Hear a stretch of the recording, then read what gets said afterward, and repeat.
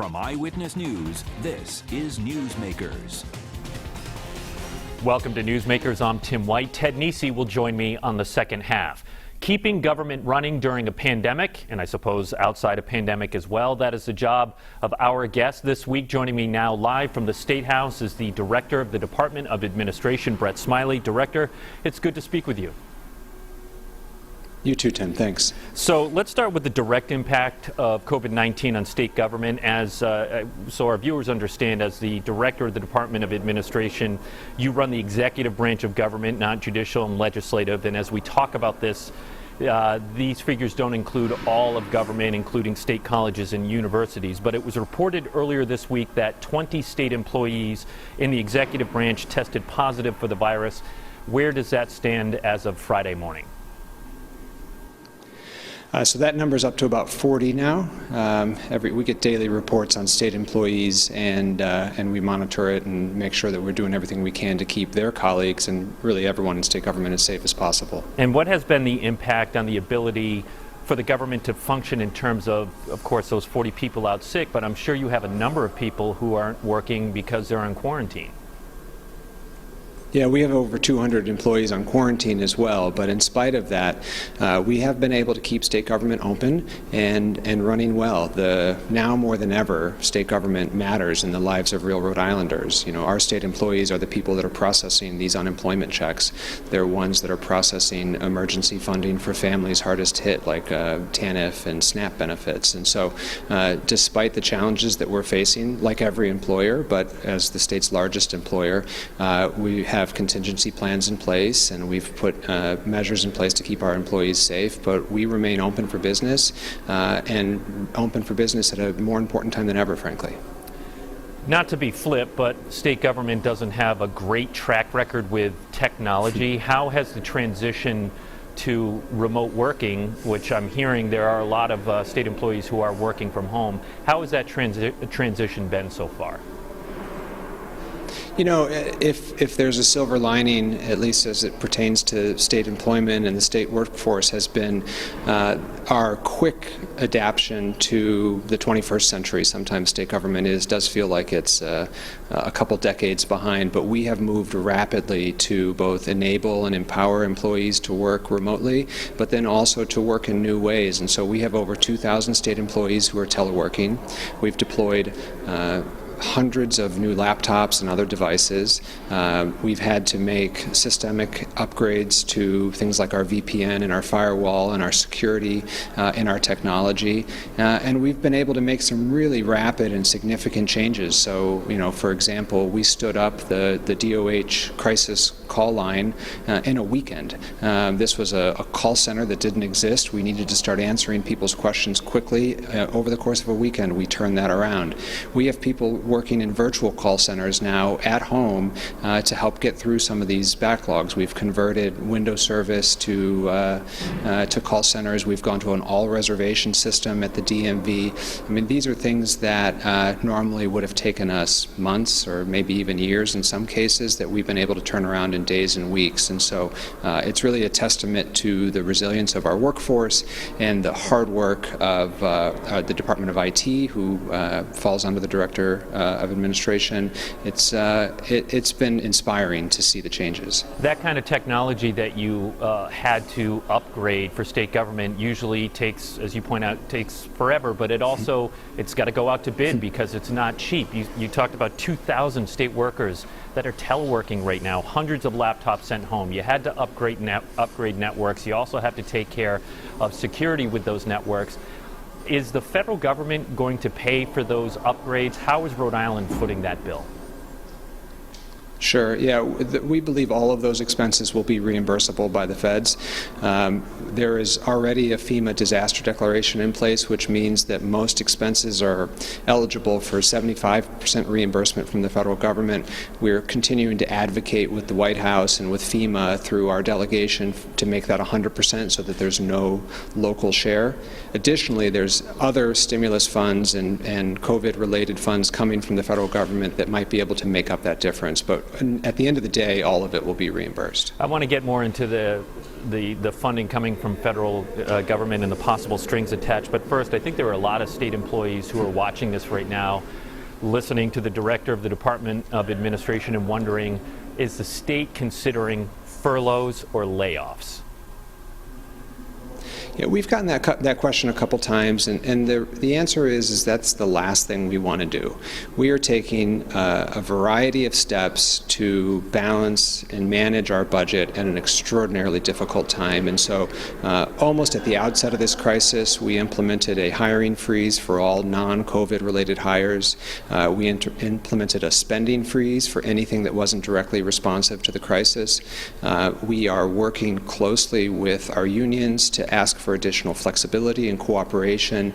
You know, as an example, our sheriffs, as you know, the court system is open for emergency business only, and so many of those sheriffs were idle. They have been redeployed and are screening state employees at state buildings, and so long as we can continue to get flexibility and cooperation to deploy state employees and, frankly, other state help to where it's most needed, those are the kind of actions that we can take in order to try to defer and ultimately, hopefully, never have to talk about furloughs. When do you get a better understanding of when you might have to talk about furloughs? Actually, let me ask it in a different way so our viewers understand or might remember you were Chief of Staff for Governor Gina Raimondo before transitioning to Director of the DOA in mid-January, I believe that happened. Talk about baptism by fire for you, Director. Right. At what point do you does the fiscal year ending in just over 2 months, when does a governor need to think about getting with legislative leaders to rework the budget and really get her arms around where things stand financially for the state? Well, the governor and our office and the budget office has been in regular communication with legislative leaders. That's not something that we've deferred. We've been in constant conversations with them.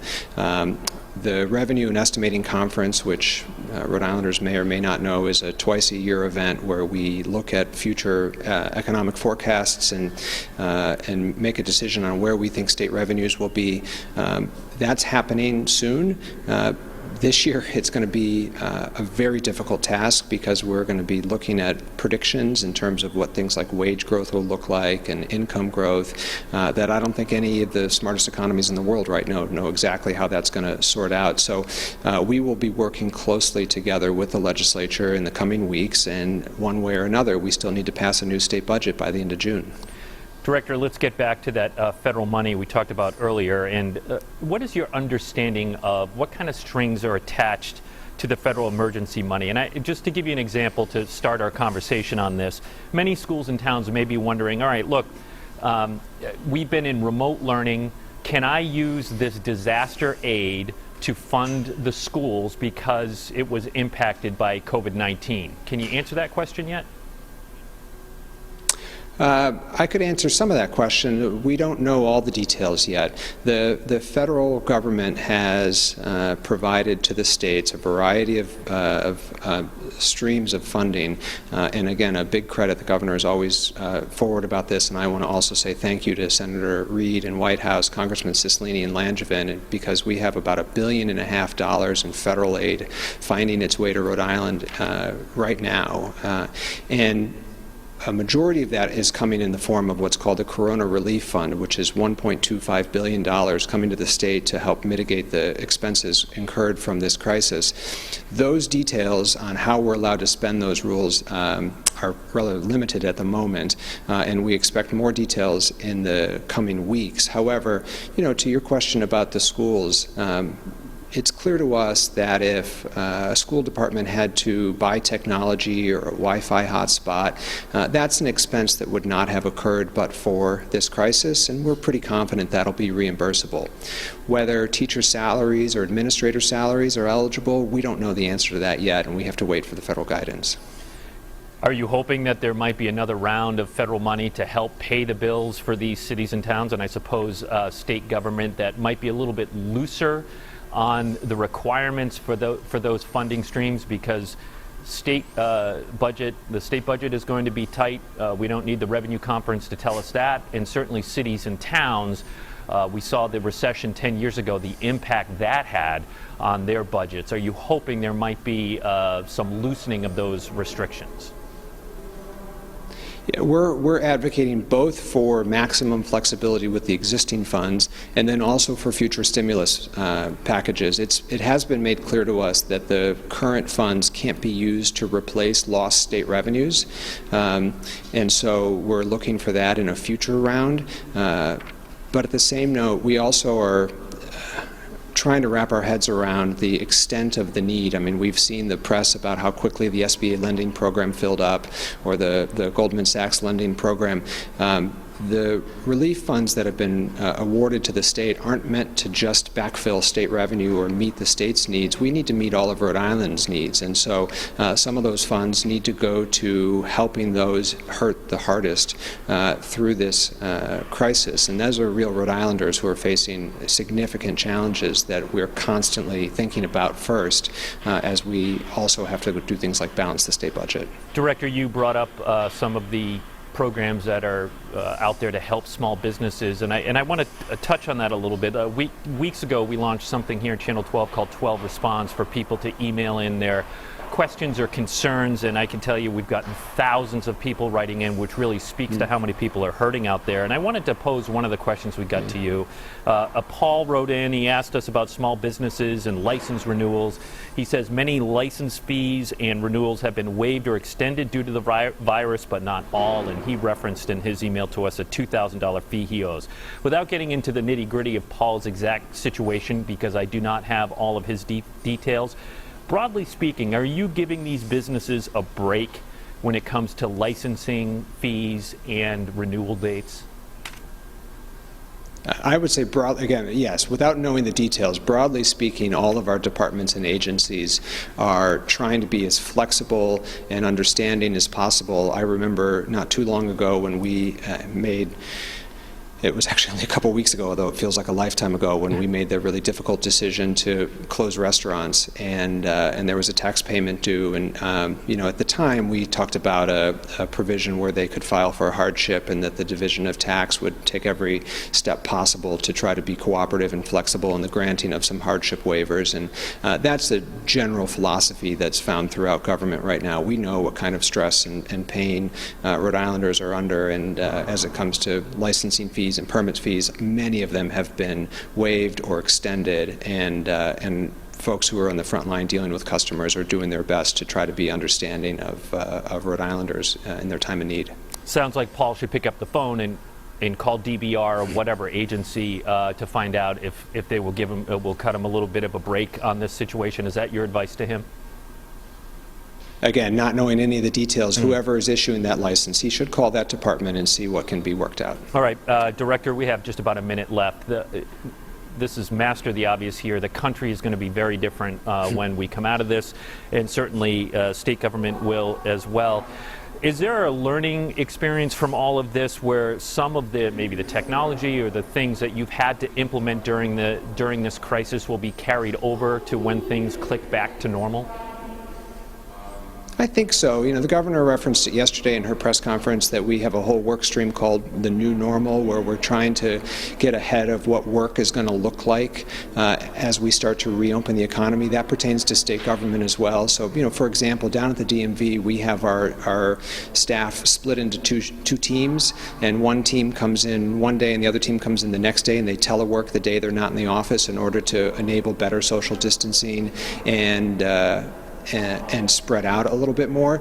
I think strategies like that might persist for some time, and so through baptism by fire, we've had to make some accommodations and some changes, and I wouldn't be surprised if some of them are sustained for months to come.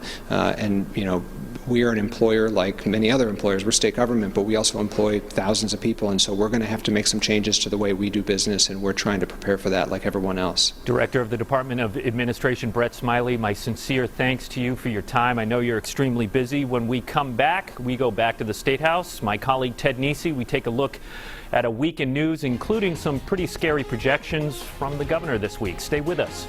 You're watching Newsmakers.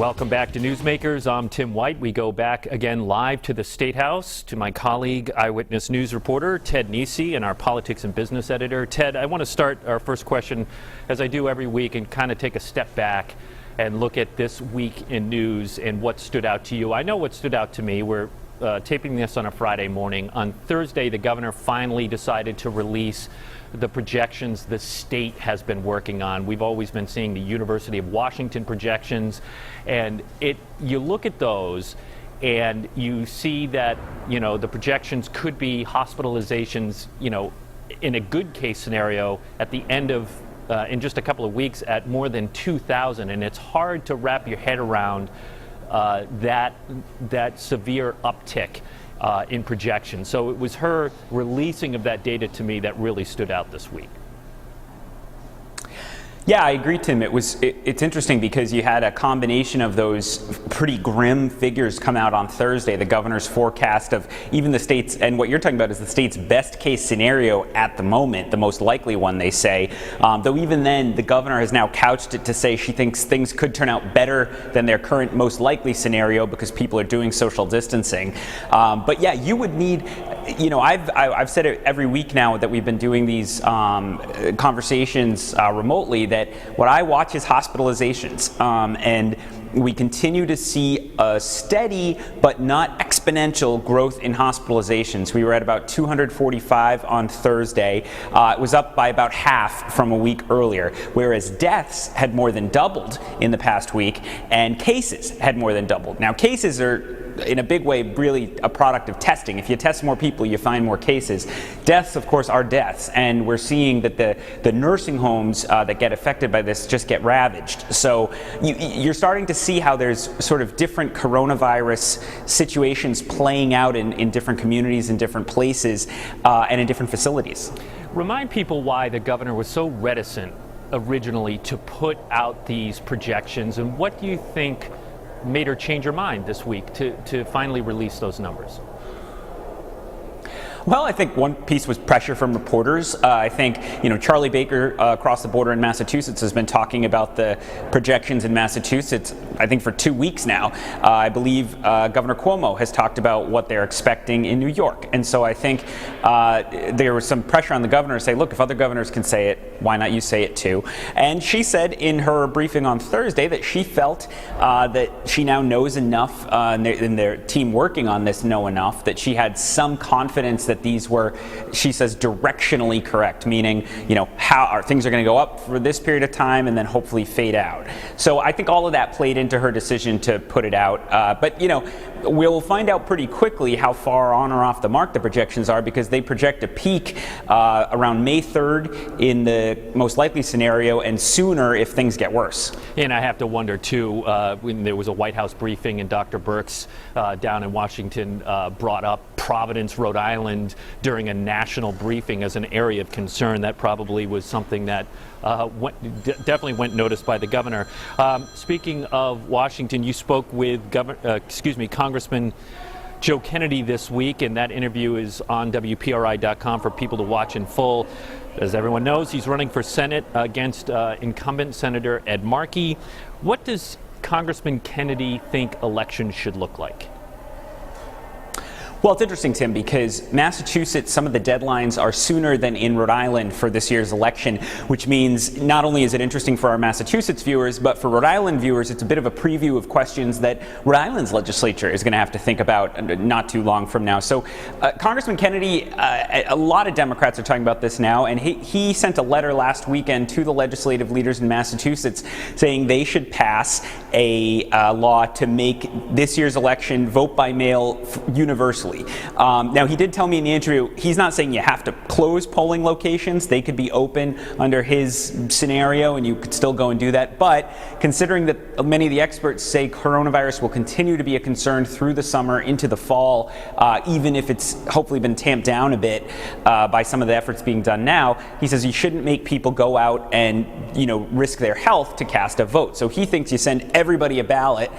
Secretary of State in Massachusetts, William Galvin, has said, well, wait a minute, what about the primary? Who do you send it to? Because we have so many unenrolled voters who aren't in a party. And Kennedy says, send them both. Send them a Republican ballot, a Democratic ballot. They can choose and send one of them back. So, there's always resistance about changing the rules of the game on elections among incumbents because, of course, they won under the old rules. So they're always going to be nervous about tweaking them too much. But I think you're going to see these conversations. They're ramping up in Massachusetts, and they're coming fast in Rhode Island, too, whenever the legislature finally finds a way to start to do its work again. A lot of people here in Rhode Island are hungry for more information on schools. Kids have been remote learning now for weeks. When are we going to hear from the governor on what she's going to do in terms of the decision she's going to make on this year and possibly even next year? What do you think's on the table?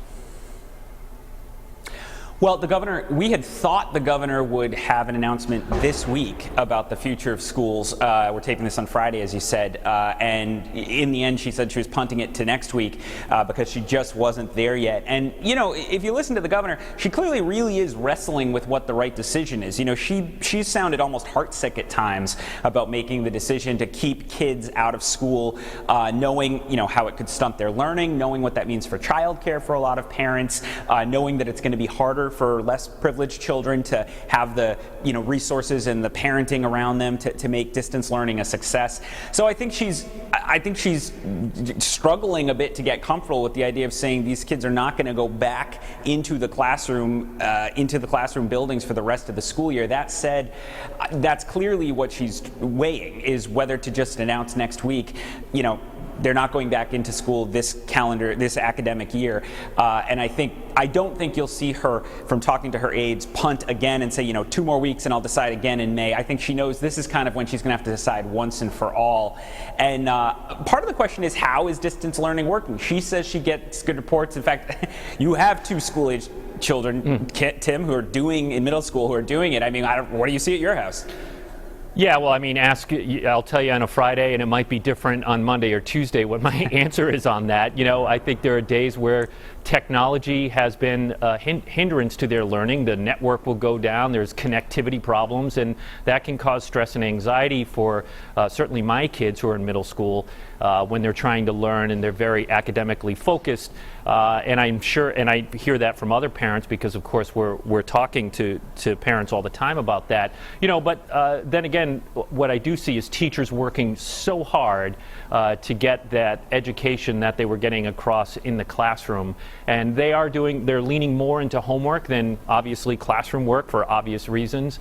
But the one thing that can't be replaced, Ted, and I think I speak to a lot of parents out there, is, you don't have the sports going on, you don't have the band, you don't have the theater, those are important parts of learning that just are absent from their education right now. So again, master the obvious, it's been challenging for everybody. Yeah, so I think like you said, I think what you're saying is what a lot of parents feel like. The teachers and all the educators have been heroic in rejiggering the school year on the fly, out of nowhere, and the governor has praised them repeatedly. But there are downsides, and you just spoke to them, and that's why I think, if you forced me to guess, I would probably guess none of the kids are going back into their school buildings this academic year. I think the governor wants to make absolutely sure there's no other option before she makes that call.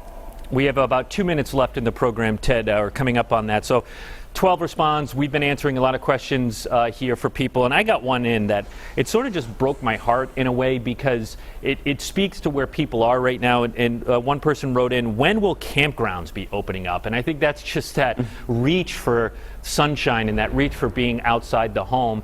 And this is one of the questions that the governor has really struggled with.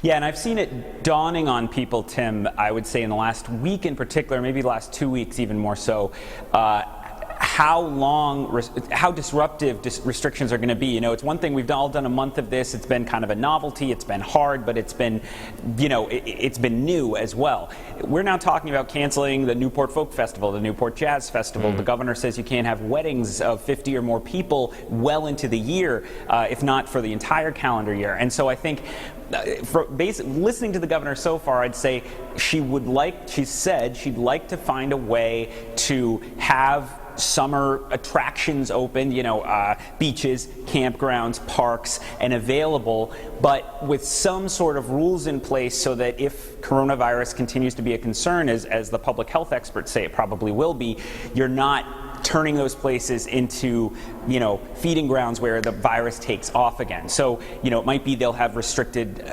people going in there. You might see, maybe even they'll set things up so that you have to be a certain number of lengths apart. I'm just spitballing, but I think they are looking for ways to make things somewhat available. But I think it's going to be different this summer. I just don't think a normal summer is in the cards for most of us, the way things are going. Yeah, that is a tough one, and I do not envy the governor on that one because it potentially could be a very unpopular decision in the months ahead. All right, Ted Nesi, thank you for your time. And look, we've been getting a lot of questions as the stimulus money has been rolling in, or for some of you, hasn't been rolling in. So we've been getting a lot of concerns from people about that one, and we've done several question and answers on that. You can find that in our 12 Response section of WPRI.com. For Ted Nesi, I'm Tim White. Stay safe, everyone. We'll see you next week on Newsmakers.